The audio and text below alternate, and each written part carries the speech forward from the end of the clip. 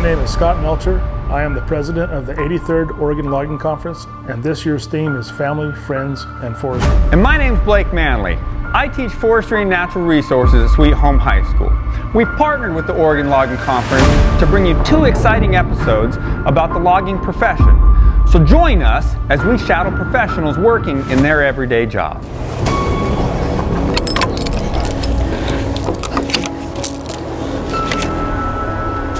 This episode is going to follow the life of a log truck driver. It isn't easy, and these are some of the heroes of the logging industry. Let's meet some extraordinary people doing this occupation, only here on Manley Jobs. If it's Blake Manley's truck, it says Blake Manley on the door, but it may not be Blake Manley driving that truck.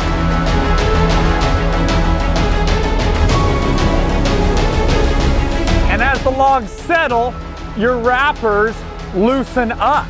That's the struggle right now, is he's close, so he has to be particular in what logs he puts on so they can maximize the most amount of weight on the load. It's a historic year as far as the wildfires.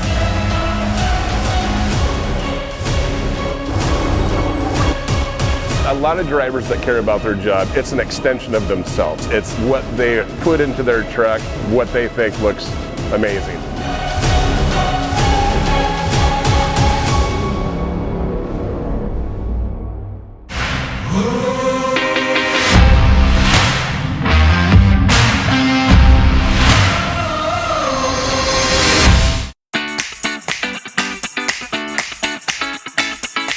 Log truck driving doesn't start or end in the woods. It begins by maintaining your log truck, which is the most important part of the job. So let's begin here with the Bryson family, hard at work at the shop. One of the things about driving a log truck is that it's not always safe, but we make it as safe as possible. So Ryan, kind of walk through what you guys are doing right now to your trailer. So as far as the trailer goes right now, Blake, all we're really doing is I had to change some rub irons on my trailer, which are right here. They're just pads so your bunks can go back and forth, so they can turn, gives it a surface to glide on instead of rubbing metal to metal. Changing a compensator bushing in the trailer for the compensator. You're looking at your brakes, you're looking at your slack adjusters, your U-bolts on your springs, see if they're tight or not, see if they're loose. You can check your slack adjusters. Get on a creeper and we can go down and we can see our lining on our shoes. Your U-bolts are right here. You're always checking your U-bolts. Check underneath, tire pressure. You want to make sure all your lights work, which we'll check later when we plug the truck into it. Just go through, wiggle and shake, make sure everything's nice and tight and nothing's broke. What's the function of this guy? So that's a lift strap. So basically that's what the shovel uses to take your trailer off to load your truck. And that can be adjusted back and forth to whatever balance you want your trailer. If you want it tipping a little high or low, whatever it's going to be, that's why all those holes are there for an adjustment for it.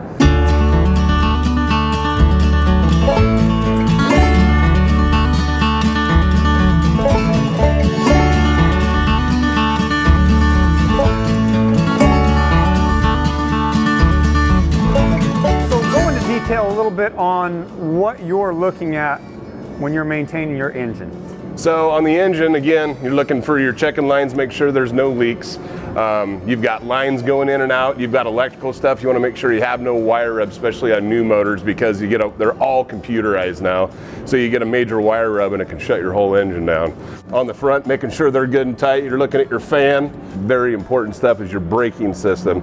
I mean, once again, you're just going around and you're eyeballing everything, checking all your steering components, making sure nothing is loose. On the weekends, they get a little more intensive, I guess you could say.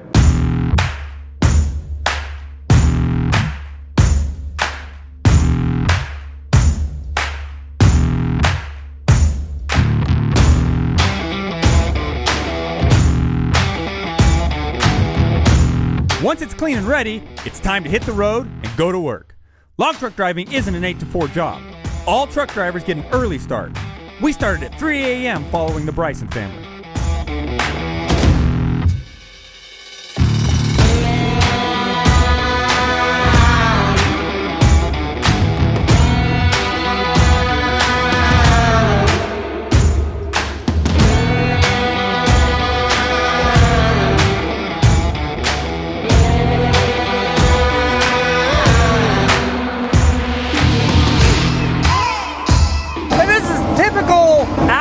of a truck driver and the challenges that come with it. It's 5 o'clock in the morning. We're backing a log truck up 10-foot wide road with an 8-foot wide log truck. And as per usual, the truck driver is killing it. Spot on, no mistakes, and I'm just trying to stay out of the way.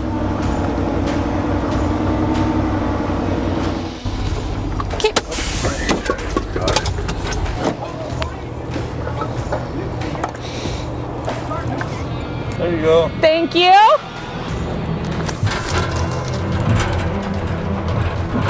The objective for every log truck is to arrive at the job safely, get loaded quickly, and head down the road so you can come back and get another one. 3.5 and 2.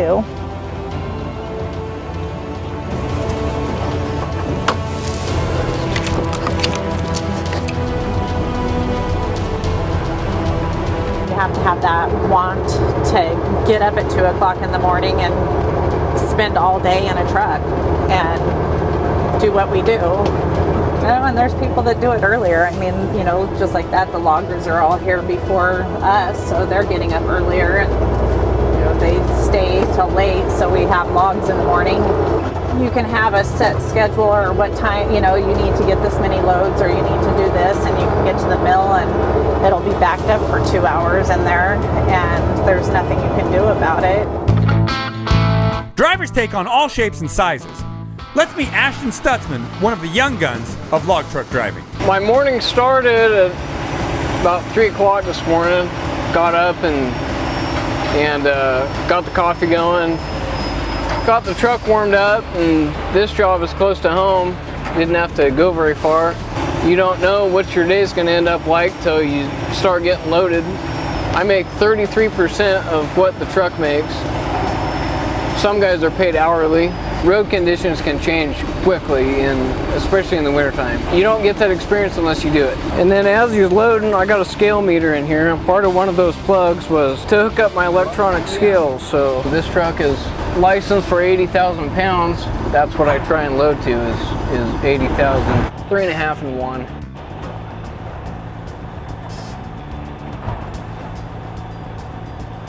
You grab your ticket, put a brand on, throw 2 wrappers, and then we'll come around here and I'll throw my other 2 real quick, and then we can go to town. Get them a little bit tighter. Make sure that load's secure. Gotta keep rolling, rolling, rolling. Gotta keep rolling. Okay, we're ready to go to town. Gotta keep rolling night and day. Day and night. Leaving the unit. My daddy was a trucker, my son's a trucker's son. Love that rig I'm driving and the high. I said the high, Lord, the highway that I'm on. I gotta keep rolling, rolling, rolling. Gotta keep rolling. Gotta keep rolling night and day. Day and night.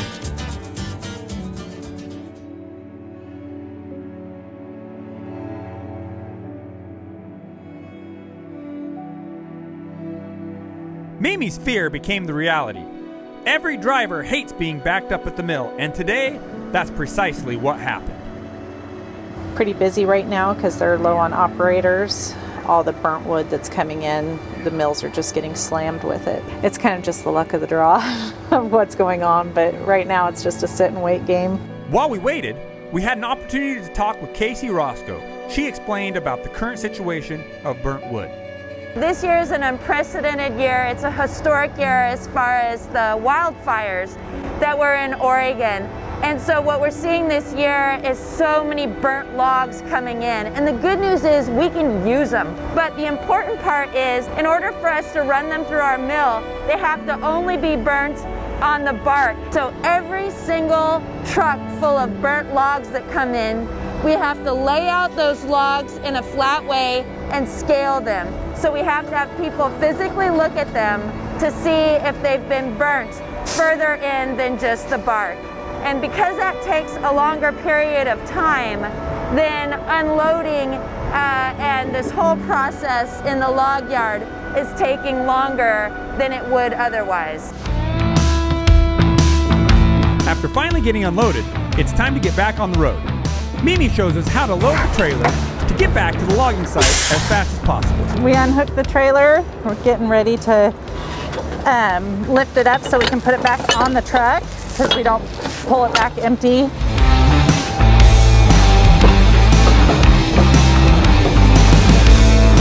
So now I just have to back the truck up underneath the trailer.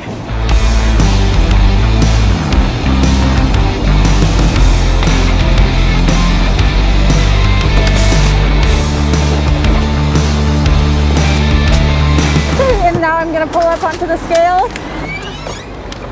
And that's it.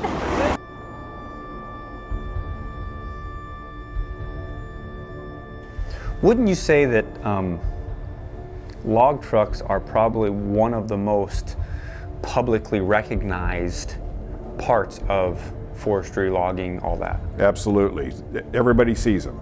Hardly anybody really gets to get out in the woods to see a logging side where the trees are being cut, yarded, and loaded. But everybody sees them going up and down the highway. That's exactly right. That's the face of the industry. What's one of the challenges you see in the truck driving industry right now? Well, the biggest challenge is drivers. Being able to find someone that is a good driver, someone that can represent you as if it's Blake Manley's truck, it says Blake Manley on the door, but it may not be Blake Manley driving that truck. All drivers are subject to a random sample of either alcohol or drugs, and we can't have that. You know, we can't have someone that tests positive for either one of those. And then you want to have drivers that don't have accidents on their records or tickets on their records, because that makes the insurance go up really, really high for the owner of that truck. If this is what you want to do for a living, I would highly recommend that you get your CDL at 18, because then you can get in with somebody and get some experience, because that's what the insurance companies want, is they want experience. And being a younger person, they are more of a risk level as far as the insurance companies are concerned. And you know, there's a lot of 18, 19-year-old kids out there that can run circles around a lot of people. People are like, oh my gosh, that's so cool, you drive log truck. And it's like, it's really not that cool that I drive log truck. It's just, it's different. It's something that people are not used to seeing. Just the same as if a guy goes out and does nursing. You know, most people think that that's a girl's job, but it's not. It's if they have a passion for it, go out and do it. It doesn't matter. So that's kind of how I look at everything. So here we are. Come on in. Yep, this is Roseboro.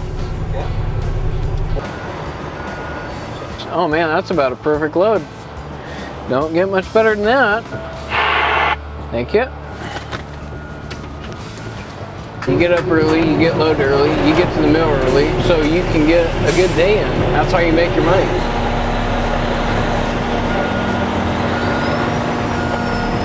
As simple as that. So we're gonna head back to the brush and we're gonna have time for another load.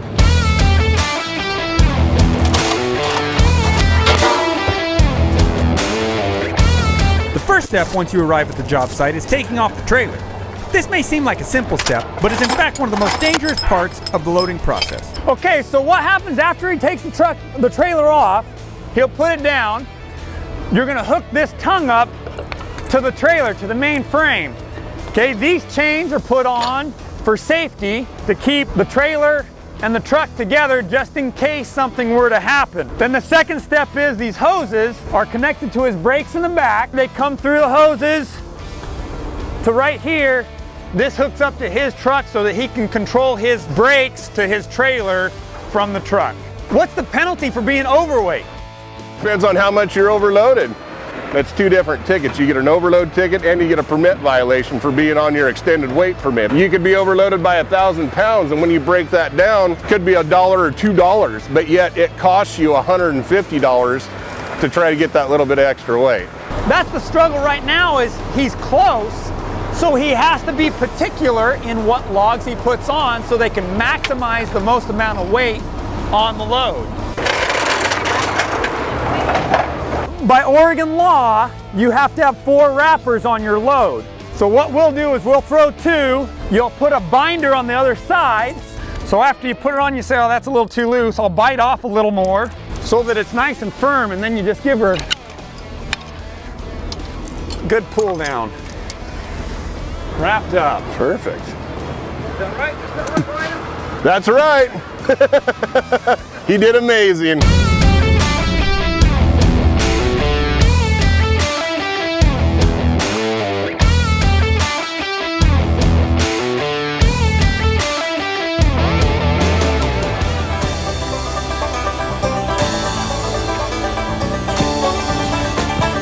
Eastbound and down, loaded up and trucking.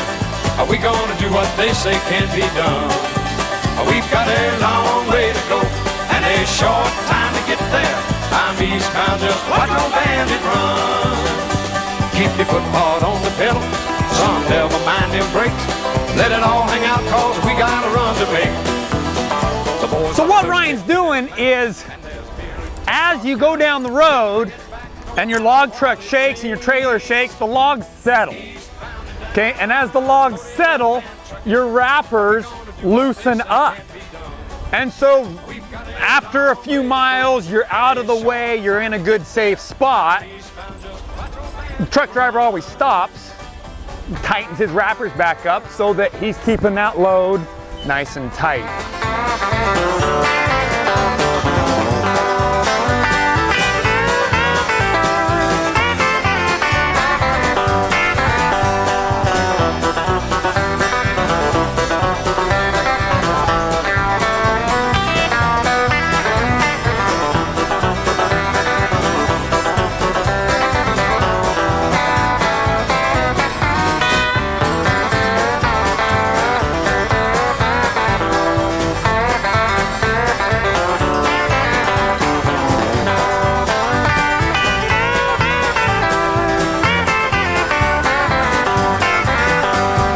Eastbound and down, loaded up and trucking. Are we gonna do what they say can't be done? We've got a long way to go and a short time to get there. I'm eastbound, just watch your bandit run. Old Smokey's got them ears. Mimi has already taken off 2 of her wrappers, the 2 middle ones, but left the 2 on the outside. This is a safety deal so that the logs don't roll off and kill anyone. So this is a 988, this is the bigger of the 2 machines that they have. He's gonna put his forks all the way in. He's gotta make sure they get all the way to the back. Otherwise, when they come down, they'll grab the log. So he goes all the way in, clamps it down. Now Mimi's gonna hustle, grab both of her wrappers. You'll watch as they get undone. She pulls it over. Now she's gonna get the front one, pull it over. She'll then get out of the way. He's gonna lift it up. Now he's got all the logs all in one big group. So he's gonna take them and put them wherever they're putting that smaller diameter wood for today. You know, I got a wife and 2 little boys, so oh wow, that's nice to be able to be home in the evenings, you know, and spend some time with them. I like being out in the woods. It's quiet, it's peaceful, there's not a lot of stuff going on. It's just kind of you and Mother Nature and hauling logs, and I can't think of anything else that I'd rather do. Then you see the most beautiful sunrise or whatever, and it's like, that's why I'm doing this. I love what I do. In this episode, we followed Mimi, Ryan, and Ashton and learned what it took to be a truck driver. It's a go, go, go life. You can earn up to $75,000 a year as a log truck driver, about $300 a day. But in order to do it, you need a CDL. In order to get a CDL, you have to pass a physical, you have to be randomly drug tested, and you need a clean driving record. That's part of the reason why there's a shortage right now. That's why Manley Jobs partnered with the Oregon Logging Conference to bring you this episode. We hope you choose log truck driving for your future.